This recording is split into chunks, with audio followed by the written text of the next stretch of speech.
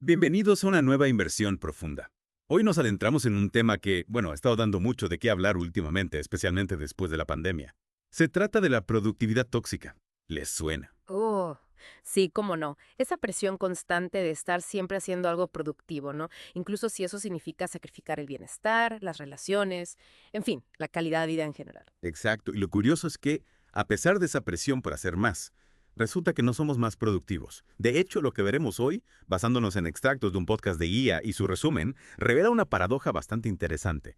Preparados para la inmersión. Totalmente. Perfecto. Por ejemplo, ¿sabías que las reuniones semanales aumentaron un 192% después de la pandemia? Es una barbaridad. Una locura, ¿verdad?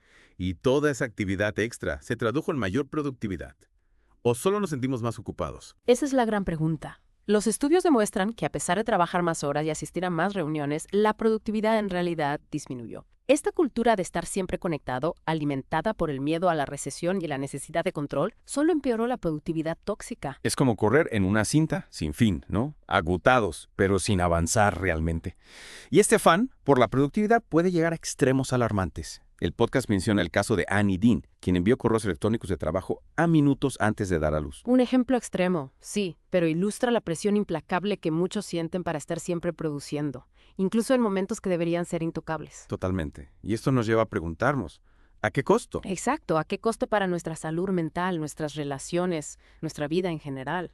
Y ahora, con la IA como ChatGPT, surge una nueva pregunta. ¿Cómo se mide la productividad en la era de la IA?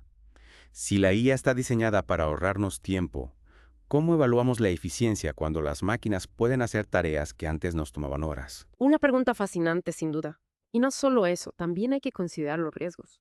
¿Podría la IA, en lugar de liberarnos, simplemente elevar el listón de las expectativas, condenándonos a una espiral aún más profunda de productividad tóxica? Es una posibilidad real, ¿no? Imagina que gracias a la IA terminas tu trabajo antes. Deberías ser recompensado por tu eficiencia o te asignarán más tareas, perpetuando así el ciclo de la productividad tóxica. ¿Qué opinas? Es un dilema complejo. Creo que la clave está en replantearnos nuestras nociones de productividad, dejar de asociar la cantidad de trabajo con la calidad del mismo. Si la IA nos ayuda a ser más eficientes, deberíamos aprovechar ese tiempo para enfocarnos en tareas que realmente aporten valor, que nos permitan desarrollar nuestro potencial y que nos brinden satisfacción. Totalmente de acuerdo. Y hablando de la calidad del trabajo, el podcast destaca un dato preocupante. Los trabajadores que se sienten presionados a trabajar fuera de horario son un 20% menos productivos y tienen el doble de probabilidades de experimentar agotamiento. Exactamente. La paradoja de la productividad tóxica en su máxima expresión. Cuanto más nos esforzamos por ser productivos, menos lo somos en realidad. Y esto nos lleva a otro concepto importante. La pobreza de tiempo. Tener demasiado que hacer y muy poco tiempo para hacerlo. La pobreza de tiempo. Suena a una trampa moderna, ¿no? ¿Podrías hablarnos un poco más sobre este concepto y sus implicaciones? Claro que sí. La pobreza de tiempo no solo se refiere a la falta de tiempo material, sino también a la sensación subjetiva de estar siempre apurados, de no tener tiempo para nada. Esta sensación constante de urgencia y presión genera estrés, agotamiento. Irónicamente nos hace menos productivos. Es como si al intentar abarcar demasiado, termináramos haciendo menos y con menor calidad. Un círculo vicioso. Y sin embargo, algunas empresas han encontrado maneras de romper con este ciclo. El podcast menciona el caso de Shopify, que al cancelar reuniones innecesarias logró ahorrar a 322,000 horas. Un ejemplo inspirador. No solo eliminaron las reuniones recurrentes innecesarias, sino que también implementaron una calculadora de costos de reuniones de la aplicación de calendario, para que los empleados tomaran conciencia del costo real de cada reunión en términos de tiempo y dinero. Qué buena idea. Y los resultados hablan por sí solos. 322,000 horas ahorradas. Esto demuestra que se puede ser productivo sin sacrificar el bienestar de los empleados. Exactamente. No se trata de ser perezoso, sino de optimizar el tiempo y la energía para lograr mejores resultados. Y este cambio de mentalidad requiere un cambio cultural importante, que según el podcast empieza con los líderes. Claro, los líderes tienen un papel crucial en la creación de una cultura laboral saludable, donde se valora la eficiencia real y no la apariencia de estar siempre ocupado. Absolutamente. Y una forma de hacerlo es a través de lo que el podcast llama vacaciones ruidosas, que los líderes compartan abiertamente sus periodos de descanso, normalizando así la desconexión del trabajo. Vacaciones ruidosas. Me encanta el concepto. Es una forma de mostrar a los empleados que está bien tomarse un descanso, que no hay que sentir culpa por desconectar. y que la empresa valora el bienestar de su equipo. Exactamente. Se trata de romper con la idea de que el trabajo debe ocupar todo nuestro tiempo y energía. Y hablando de romper con ideas preconcebidas, el podcast menciona una frase que me llamó la atención. Rest is a four-letter word.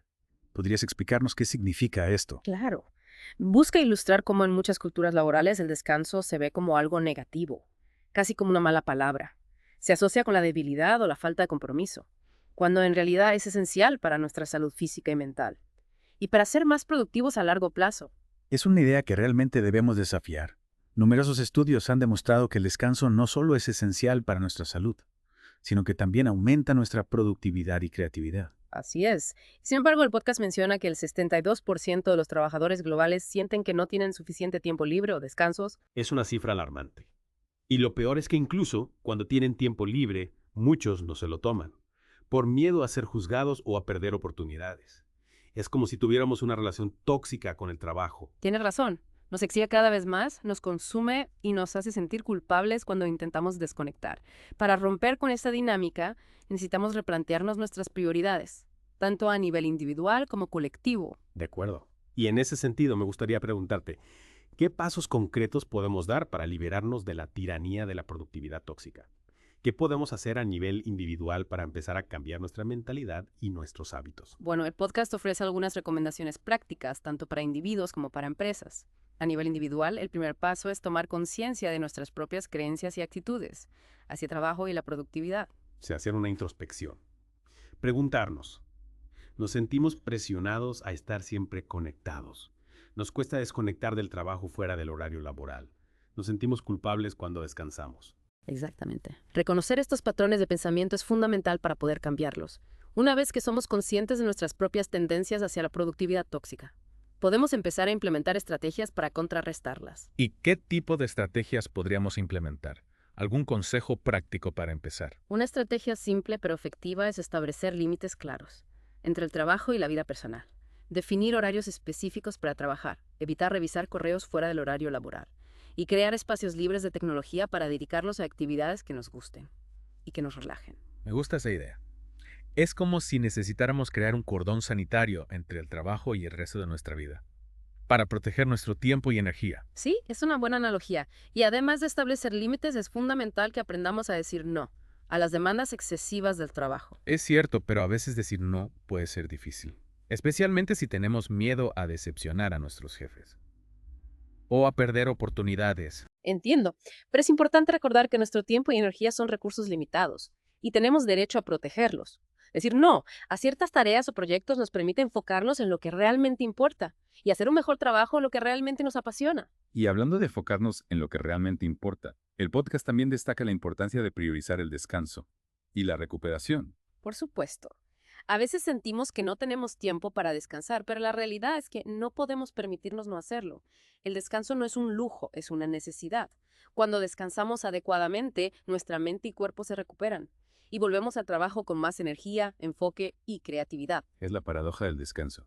Al invertir tiempo en descansar, en realidad ganamos tiempo y energía. Exactamente. Y para que el descanso sea realmente efectivo, debemos asegurarnos de que sea de calidad. No se trata solo de dormir las horas suficientes, sino también de desconectar del trabajo, hacer actividades que nos gusten y pasar tiempo con personas que nos hacen sentir bien. Es como si necesitáramos un detox digital de vez en cuando, desconectarnos del mundo virtual y reconectarnos con nosotros mismos y con nuestro entorno. Sí, es una buena forma de verlo. Y además de cuidar nuestro descanso, es importante que también cuidemos nuestra alimentación, hagamos ejercicio regularmente y cultivemos relaciones significativas con nuestros seres queridos. En definitiva, se trata de adoptar un enfoque holístico del bienestar, cuidar nuestra salud física, mental, emocional y social. Exactamente. Y al hacerlo, no solo estaremos combatiendo la productividad tóxica, sino que también estaremos construyendo una vida más plena, satisfactoria y significativa. Me encanta esa idea. Y creo que es un buen punto de partida para hablar sobre el papel que juegan las empresas en la creación de una cultura de trabajo más saludable. ¿Qué pueden hacer las empresas para romper con este ciclo de productividad tóxica? Bueno, como mencionamos antes, el podcast propone el caso de Shopify como un ejemplo de éxito. Implementaron medidas concretas como la calculadora de costos de reuniones y los miércoles sin reuniones para fomentar una cultura de trabajo más eficiente. y respetuosa con el tiempo de los empleados. Sí, recuerdo que mencionaste eso antes. ¿Y qué otros ejemplos podemos encontrar? Hay otras empresas que están implementando estrategias innovadoras para combatir la productividad tóxica. Por supuesto. El podcast también destaca el caso de Asana, que implementó un día del juicio final para las reuniones. Día del juicio final suena un poco dramático. ¿En qué consiste exactamente? Básicamente, animaron a sus empleados a eliminar todas las reuniones recurrentes de sus calendarios durante 48 horas y luego solo volver a programar aquellas que consideraran realmente valiosas. Es como hacer una limpieza profunda de la agenda, eliminar todo lo superfluo y quedarnos solo con lo esencial. Exactamente. Y los resultados fueron impresionantes. Los empleados de Asana lograron ahorrar un promedio de 11 horas al mes, lo que equivale a 17 días laborales al año. Impresionante. Estos ejemplos demuestran que hay alternativas viables a la cultura del exceso de trabajo y las reuniones interminables. Y lo más importante es que estas alternativas no solo benefician a los empleados, sino también a las empresas. Sin duda, cuando los empleados se sienten valorados, respetados y tienen tiempo para descansar y recargar energías, son más productivos, creativos y comprometidos. Y esto, a su vez, se traduce en mejores resultados para las empresas. Es una ecuación ganar-ganar. Pero para que esta ecuación funcione, es fundamental que los líderes promuevan una cultura de trabajo basada en la confianza, la flexibilidad y la empatía. Totalmente de acuerdo. En este sentido, el podcast destaca un punto interesante. Durante la pandemia, muchas empresas se vieron obligadas a adoptar modelos de trabajo más flexibles y descubrieron que en muchos casos la productividad no solo se mantuvo, sino que incluso aumentó. Es cierto. La pandemia, a pesar de todas las dificultades, nos obligó a replantearnos la forma en que trabajamos y a desafiar viejas creencias sobre la productividad. Exactamente. Y ahora el desafío es consolidar estos cambios y crear una cultura laboral más humana y sostenible a largo plazo. Y esto implica no solo cambiar las políticas y los procesos, sino también nuestra mentalidad, nuestra forma de pensar sobre el trabajo y el éxito. Por supuesto. Necesitamos dejar de glorificar el exceso de trabajo y el sacrificio personal como sinónimos de éxito profesional y empezar a valorar el bienestar, el equilibrio y la calidad de vida. Al fin y al cabo, ¿de qué sirve el éxito profesional si no tenemos tiempo ni energía para disfrutarlo? Totalmente de acuerdo. Y para profundizar en este cambio de mentalidad, me gustaría volver a la frase que mencionamos antes. Rest is a four-letter word. ¿Cómo podemos desafiar esta idea tan arraigada en nuestra cultura laboral? Es un desafío importante. Creo que la clave está en cambiar la narrativa, en empezar a hablar del descanso como una inversión, como algo esencial para nuestra salud y productividad. Es decir, dejar de verlo como una debilidad y empezar a valorarlo como una fortaleza. Exactamente. Y para ello es fundamental que los líderes den el ejemplo, que compartan abiertamente sus periodos de descanso, que fomenten una cultura de desconexión digital y que premian a los empleados que priorizan su bienestar. Claro, los líderes tienen un papel fundamental en la creación de una cultura de trabajo saludable, pero también creo que es importante que cada uno de nosotros, como individuos, asumamos la responsabilidad de cuidar nuestra propia salud mental y física, de establecer límites saludables entre el trabajo y la vida personal, y de buscar ayuda si la necesitamos. Totalmente de acuerdo. La lucha contra la productividad tóxica es una responsabilidad compartida. Y en ese sentido me gustaría preguntarte, ¿qué medidas concretas pueden tomar las empresas para promover una cultura de trabajo más saludable? Y equilibrada. Bueno, el podcast menciona algunas ideas, ¿no? Ofrecer horarios flexibles, promover el trabajo remoto, limitar el número de reuniones, establecer días libres de reuniones y fomentar la toma de vacaciones. Medidas que realmente demuestran que la empresa se preocupa por el bienestar de sus empleados, no solo de palabra, sino con acciones. Exacto. Y esas medidas no solo benefician a los empleados, también pueden ser beneficiosas para las empresas. Pueden aumentar la productividad, la creatividad, la retención de talento. Es una inversión a largo plazo. Claro, al final una cultura de trabajo saludable beneficia a todos. Pero creo que es importante recordar que la lucha contra la productividad tóxica no es solo responsabilidad de las empresas, sino también de cada individuo. Totalmente de acuerdo. Cada uno de nosotros tiene la responsabilidad de cuidar su propia salud mental y física, de establecer límites saludables entre el trabajo y la vida personal, y de buscar ayuda si la necesita.